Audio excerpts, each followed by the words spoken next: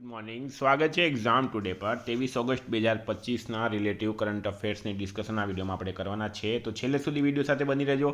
Current affairs important topic છે, દરેક એક્ઝામમાં પ્રશ્ન પૂછવામાં આવે છે. મિત્રો ટોપિક પર આવીએ. 23 ઓગસ્ટ 2025 ક્વેશ્ચન નંબર 1 છે, હાલમાં આંતરરાષ્ટ્રીય આતંકવાદ પીડિત દિવસ ક્યારે મનાવવામાં આવ્યો? તો પણ દર વર્ષે 21 ઓગસ્ટના રોજ આંતરરાષ્ટ્રીય આતંકવાદ પીડિત દિવસ મનાવવામાં આવે છે. 21 ઓગસ્ટે વિશ્વ ઉદ્યોગ સાહસિકતા દિવસ પણ મનાવાય છે અને 21 ઓગસ્ટે વિશ્વ સિનિયર સિટીઝન દિવસ પણ મનાવાય. તમામ દિવસ ઇમ્પોર્ટન્ટ છે, યાદ રાખો. હાલમાં બોક્સિંગ ફેડરેશન ઓફ ઇન્ડિયાના પ્રમુખ તરીકે કોની પસંદગી થઈ છે? તો મિત્રો અજયસિંહ રાઈટ આન્સર છે. અજયસિંહની બોક્સિંગ ફેડરેશન ઓફ ઇન્ડિયાના પ્રમુખ તરીકે હાલમાં નિમણૂક કરવામાં આવી છે. વાત કરીએ આપણે તો સંસદ ટીવીના નવા સીઈઓ બની ગયા છે Utpal Kumar Singh. Anuradha Thakur RBI central board of ડાયરેક્ટર્સમાં ડાયરેક્ટર તરીકે નામાંકિત કરવામાં આવ્યા. એસોચેમે નિર્મલ કે મીંડાને સિનિયર વાઇસ પ્રેસિડેન્ટ નિયુક્ત કર્યા છે. પ્રોફેસર ઉમા કાંજીલાલની ઇન્દિરા ગાંધી નેશનલ ઓપન યુનિવર્સિટીના નવા કુલપતિ તરીકે નિમણૂક કરાઈ. અભિષેક નાયર મહિલા પ્રીમિયર લીગ ફ્રેન્ચાઇઝી યુપી વોરિયર્સના મુખ્ય કોચ બન્યા છે. અજય શેઠ વીમા નિયમનકાર આઈઆરડીએઆઈના નવા ચેરમેન બન્યા. એચએએલના નવા ડાયરેક્ટર તરીકે અજયકુમાર શ્રીવાસ્તવની નિમણૂક કરાઈ. હાલમાં ભારત અને કયા દેશે દરિયાઈ સહયોગ વધારવા માટે સંયુક્ત કાર્યકારી જૂથની રચના કરી? તો સાઉદી અરબ રાઈટ આન્સર છે. ભારત અને સાઉદી અરેબિયાએ તેમના વ્યૂહાત્મક સંબંધોને વધુ મજબૂત બનાવવા તરફ એક મહત્વપૂર્ણ પગલું ભર્યું અને શિપિંગ અને લોજિસ્ટિક્સ પર સંયુક્ત કાર્યકારી જૂથ બનાવવાનો નિર્ણય લીધો છે. મિત્રો સાઉદી અરેબિયાનું કેપિટલ છે રિયાદ, કરન્સી છે સાઉદી રિયાલ, કિંગ છે સલમાન બિન અબ્દુલ અઝીઝ અલ સાઉદી, પ્રાઇમ મિનિસ્ટર છે મોહમ્મદ બિન સલમાન અલ સાઉદી. શિપ બિલ્ડિંગ ક્લસ્ટર વિકસાવવાની ભારતની મહત્વાકાંક્ષી યોજનાના ભાગરૂપે ગુજરાતે કંડલામાં લગભગ કેટલા એકર જમીન ફાળવી છે? તો ગુજરાત સરકારે કંડલામાં 2000 એકર જમીન ફાળવી છે. ડિટેલમાં માહિતી આપું તો 5 દરિયાકાંઠાના રાજ્યોમાં શિપ બિલ્ડિંગ ક્લસ્ટર વિકસાવવાની ભારતની મહત્વાકાંક્ષી યોજનાના ભાગરૂપે ગુજરાતે કંડલામાં લગભગ 2000 એકર જમીન ફાળવી છે, જેમાં વધારાના સ્થળોની સમીક્ષા હેઠળ છે. આ પહેલ ઓડિશા, આંધ્રપ્રદેશ, તમિલનાડુ, ગુજરાત અને મહારાષ્ટ્રમાં ફેલાયેલા એક મોટા રાષ્ટ્રીય પ્રોજેક્ટનો એક ભાગ છે. લગભગ 15,000 એકરને આવરી લે છે અને અંદાજિત 1.5 લાખ કરોડનું રોકાણ એટલે કે 315 લાખ કરોડનું રોકાણ આકર્ષશે. પોરબંદર અને કચ્છને નવા બંદરો અને શિપ બિલ્ડિંગ ક્લસ્ટર સ્થાપવા માટે મુખ્ય જિલ્લાઓ તરીકે શોર્ટલિસ્ટ કરવામાં આવ્યા છે. વિદ્યાર્થી મિત્રો એક્ઝામ રેવન્યુ તલાટી 14 સપ્ટેમ્બર ડીવાયએસઓ સાથે મિત્રો હેલ્પર જીએસઆરટીસી એક્ઝામ ટુડેનું લેટેસ્ટ એક વર્ષનું કરંટ અફેર, જેમાં તમને Olympic, Paralympic, Covid, IPL, GI tag, બદલાયેલા વર્તમાન પદાધિકારી, પુસ્તક લેખક, company CEO, brand ambassador award GK, sport GK, G20 summit, T20 world cup, FIFA world cup, election GK, Ayodhya GK, budget, champions trophy, IPL, Padma awards એટલે કે topic wise મિત્રો તમને current અફેર્સની PDF મળશે. છેલ્લા એક વર્ષની લેટેસ્ટ મંથલી કરંટ અફેર્સની પીડીએફ 10,000થી વધારે પ્રશ્નોનો સમાવેશ છે. તો પીડીએફ માટે માત્ર ₹200 9510411961 પર ગૂગલ પે, ફોનપે, પેટીએમ કંઈ પણ કરો, સ્ક્રીનશોટ મોકલી આપો. 2 મિનિટમાં પીડીએફ મળી જશે. મિત્રો ડેમો પીડીએફ જોઈને જ પીડીએફ લો, કોઈ પણ જગ્યાથી લેવો તો બરાબર, કારણ કે આપણું કરંટ અફેર્સ બેસ્ટ હોય છે. ડેલી આપણે વિડીયો અપલોડ કરીએ છીએ અને પછી કરંટ અફેર્સની પીડીએફ પ્રોવાઈડ કરીએ. હાલમાં કોણ દિલ્હીના નવા પોલીસ કમિશનર બન્યા? તો સતીશ ગોલચા. સતીશ ગોલચા દિલ્હીના નવા પોલીસ કમિશનર હાલમાં બની ગયા છે. તમે ઇમેજ પણ એમની જોઈ શકો છો. હાલમાં કોણે રેકોર્ડ ત્રીજી વખત પીએફએ player of the year award જીત્યો છે? તો રેકોર્ડ ત્રીજી વખત પીએફએ player of the year award કોણે જીત્યો? રાઈટ આન્સર છે મિત્રોમાં મોહમ્મદ સાલા. કોણે જીત્યો? મોહમ્મદ સાલા. લિવરપૂલના સ્ટાર ફૂટબોલ મોહમ્મદ સાલા ઇતિહાસ રચ્યો. તે 3 વખત પીએફએ player of the year award જીતનાર પ્રથમ ખેલાડી બન્યા છે અને મિત્રો મૂળ તેઓ ઇજિપ્તના ખેલાડી છે. હાલમાં યુઆઈડીએઆઈએ આધાર આધારિત ઈ કેવાયસી, જો ડિટેલમાં માહિતી આપું તમને, યુઆઈડીએઆઈએ આધાર આધારિત ઈ કેવાયસી માટે કોનો સમાવેશ કર્યો છે? રાઈટ આન્સર છે મિત્રોમાં સ્ટારલિંક. બરાબર, સ્ટારલિંક રાઈટ આન્સર છે. ડિટેલમાં માહિતી આપું મિત્રો, ભારતમાં ડિજિટલ એકીકરણ અને વૈશ્વિક ટેકનોલોજીકલ સહયોગ તરફ એક ઐતિહાસિક પગલું ભરતા યુનિક આઇડેન્ટિફિકેશન ઓથોરિટી ઓફ ઇન્ડિયાએ સ્ટારલિંક સેટેલાઇટ કોમ્યુનિકેશન પ્રાઇવેટ લિમિટેડને આધાર ઓથેન્ટિકેશનનો ઉપયોગ કરીને ગ્રાહક ચકાસણી કરવાની મંજૂરી આપી છે. હાલમાં ચીનના જીનિંગમાં, બરાબર, ચીનમાં જીનિંગ એક શહેર આવેલું છે અને જીનિંગમાં 18મા આંતરરાષ્ટ્રીય પૃથ્વી વિજ્ઞાન ઓલિમ્પિયાડમાં કોણે 2 મેડલ, એક ગોલ્ડ અને એક સિલ્વર જીત્યો? તો રાઈટ આન્સર છે મિત્રો આમાં રેયાન્સ ગુપ્તા, બરાબર, રેયાન્સ ગુપ્તાએ જીત્યો છે. મિત્રો કરંટ એવોર્ડની વાત કરી લઈએ જરાક. અદિતિ રાવ હૈદરીને Indian film festival of Melbourne 2025માં ડાયવર્સિટી ઇન સિનેમા એવોર્ડથી સન્માનિત કરાયા. Suhani Shah best magic creator 2025નો વૈશ્વિક એવોર્ડ જીત્યો. સુનિલ ભારતી મિત્તલને યુકેની બાથ યુનિવર્સિટી તરફથી માનદ ડોક્ટરેટની પદવી એનાયત કરાઈ. બુદ્ધિમૂડી પેડી રાજુના ફોટાને આદિવાસી photo of the year award મળ્યો. નીતિન ગડકરીને 43માં લોકમાન્ય તિલક રાષ્ટ્રીય પુરસ્કારથી સન્માનિત કરવામાં આવ્યા છે. હાલમાં ફ્રેન્ક કેપ્રિયોનું 88 વર્ષની ઉંમરે નિધન થયું છે. તેઓ કોણ હતા? તો મિત્રો અમેરિકા અને દુનિયાના પ્રખ્યાત જજ હતા, બરાબર.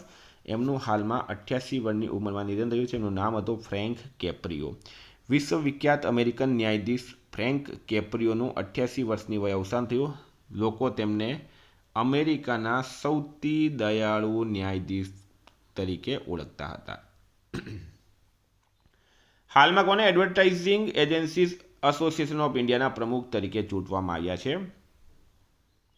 તો એડવર્ટાઇઝિંગ એજન્સીઝ એસોસિએશન ઓફ ઇન્ડિયાના નવા પ્રમુખ બની ગયા છે શ્રીનિવાસન કે સ્વામી. શ્રીનિવાસન કે સ્વામીનો તમે ફોટો જુઓ.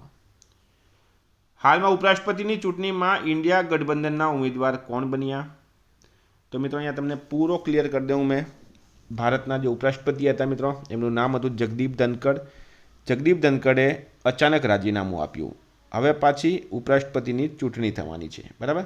તો ઉપરાષ્ટ્રપતિની ચૂંટણીમાં એના પહેલાં એનડીએના ઉમેદવાર બની ગયા હતા સીપી રાધાકૃષ્ણન. હવે ઇન્ડિયા ગઠબંધન એટલે કે કોંગ્રેસ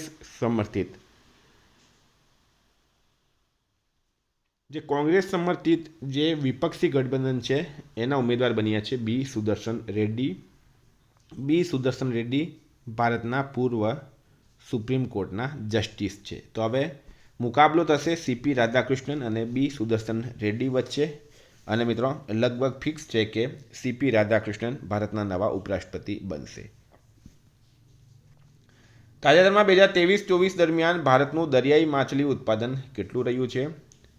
તો મિત્રો એ રહ્યું છે 44.95 લાખ ટન. 2023-24માં ભારતનું દરિયાઈ માછલી ઉત્પાદન 44.95 લાખ ટન રહ્યું, જે 2020-21ના 34.76 લાખ ટન કરતાં વધારે છે. એટલે કે 8.9%ની વૃદ્ધિ નોંધાઈ. કેટલી નોંધાઈ? 8.9%ની વૃદ્ધિ નોંધાઈ છે છેલ્લા 3 વર્ષમાં. હાલમાં કયા રાજ્ય સરકારે 18 વર્ષથી વધુ ઉંમરના લોકો માટે નવા આધાર કાર્ડ ન બનાવવાનો નિર્ણય લીધો છે? તો મિત્રો અસમ સરકારે 18 વર્ષથી વધુ વયના લોકો માટે નવા આધાર કાર્ડ હાલ ફિલહાલ નહીં બનાવવાનો નિર્ણય લીધો.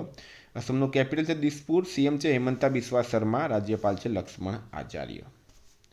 મિત્રો આસામમાં હાલમાં રોંગાલી બિહુ ઉત્સવ યોજાયો. આસામ સરકાર પોતાનો ઉપગ્રહ લોન્ચ કરશે. આસામ સરકારે ટ્રાન્સ સમુદાય માટે ઓબીસી દરજ્જો અને આંગણવાડી કાર્યકરો માટે અનામતની જાહેરાત કરી. આસામના વિશ્વનાથ જિલ્લામાં આવેલા નાગશંકર મંદિરને કાચબા સંરક્ષણ માટે આદર્શ મંદિર તરીકે જાહેર કરવામાં આવ્યું. આસામના મુખ્યમંત્રીએ એઆઈ એન્કર અંકિતા લોન્ચ કરી છે. હાલમાં તપસ્યાએ અંડર-20 વર્લ્ડ રેસલિંગ ચેમ્પિયનશિપમાં કયો મેડલ જીત્યો? તો મિત્રો ગોલ્ડ મેડલ જીત્યો છે. બુલ્ગારિયામાં આયોજિત અંડર-20 વર્લ્ડ રેસલિંગ ચેમ્પિયનશિપ 2025માં 57 કિલોગ્રામ વર્ગમાં ફેલિસિટાસ ડોમજેવાને 5-2થી હરાવીને તપસ્યાએ ભારત માટે ગોલ્ડ મેડલ જીત્યો. 15 નંબર છે. હાલમાં કોણ પેરા ટેબલ ટેનિસમાં વિશ્વની નંબર 1 ખેલાડી બની? તો ગુજરાતની ભાવિના પટેલ પેરા ટેબલ ટેનિસમાં વિશ્વની નંબર 1 ખેલાડી બની ગઈ છે. ભાવિના પટેલ રાઈટ આન્સર છે. હાલમાં પશ્ચિમ બંગાળ સરકારે સ્થળાંતરિત મજૂરો માટે કઈ યોજના શરૂ કરી? તો મિત્રો એ કરી છે શ્રમશ્રી યોજના. વેસ્ટ બેંગોલ સરકાર દ્વારા સ્થળાંતરિત મજૂરો માટે શ્રમશ્રી યોજના શરૂઆત કરવામાં આવી. પશ્ચિમ બંગાળ સરકારે આ મજૂરો માટે શ્રમશ્રી યોજના શરૂ કરી. આ યોજના હેઠળ મજૂરોને 1 વર્ષ માટે દર મહિને ₹5,000 સહાય, કૌશલ્ય તાલીમ અને સ્વરોજગાર સહાય મળશે. મિત્રો પશ્ચિમ બંગાળનું કેપિટલ છે કોલકાતા, સીએમ છે મમતા બેનર્જી, રાજ્યપાલ છે સીવી આનંદા બોઝ. હાલમાં ઈપીએફઓએ જૂન 2025માં કેટલા નવા ચોખ્ખા પગાર વધારા એટલે કે નેટ પેરોલ એડિશન રેકોર્ડ નોંધાવ્યો? તો 21.89 લાખ, બરાબર, 21.89 લાખ. ઈપીએફઓ એટલે કે employ provident fund of India, ભારતીય કર્મચારી ભવિષ્ય નિધિ સંગઠન, EPFO, employ provident fund organization, બરાબર, એણે જૂન 2025માં 21.89 લાખ નવા પગાર વધારો નોંધાવ્યા. આ એપ્રિલ 2018 પછીનો સૌથી મોટો વધારો છે અને 2024ની સરખામણીએ 13.46% વધુ છે. તો મિત્રો આ હતા કરંટના પ્રશ્નો. વાત કરીએ આપણે રિવિઝનની. તો મિત્રો 22 ઓગસ્ટ રિવિઝન. નવીકરણીય ઉર્જા દિવસ 20 ઓગસ્ટે મનાવાય. ટિકટોકે પ્રવાસનને પ્રોત્સાહન આપવા માટે કયા દેશના પ્રવાસન બોર્ડ સાથે ભાગીદારી કરી? નેપાળ, રાઇટ આન્સર છે. અખબારો અને સામયિકોની નોંધણી પ્રક્રિયાને સરળ બનાવવા માટે press registrar general of India દ્વારા તાજેતરમાં કયું પોર્ટલ શરૂ કરવામાં આવ્યું? પ્રેસ સેવા.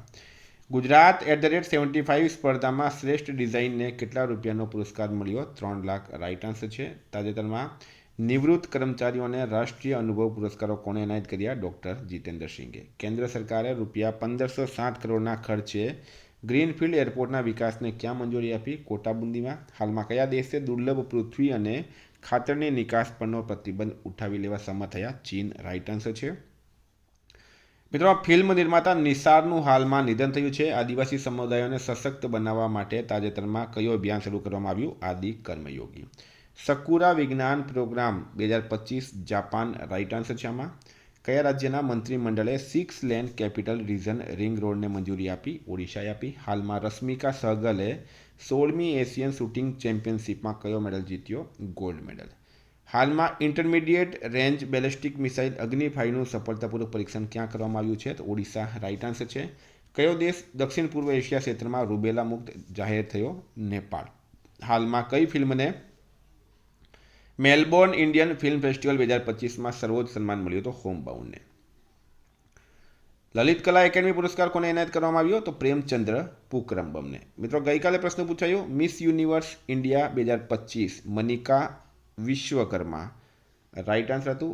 આજનો પ્રશ્ન છે હાલમાં ઉત્તર પ્રદેશના જલાલાબાદનું નામ બદલીને શું રાખવામાં આવ્યું? બરાબર, સુદામાપુરી, પરશુરામપુરી, દંડક વન કે કોઈ નહીં? એનો જવાબ તમારે કમેન્ટ બોક્સમાં જણાવવાનું. વિદ્યાર્થી મિત્રો વોટ્સએપ ટેલિગ્રામની લિંક ડિસ્ક્રિપ્શનમાં છે. પીડીએફ માટે 9510411961 પર કોન્ટેક્ટ કરો. Thank you. ફરી મળીશું. જય હિન્દ, જય ભારત.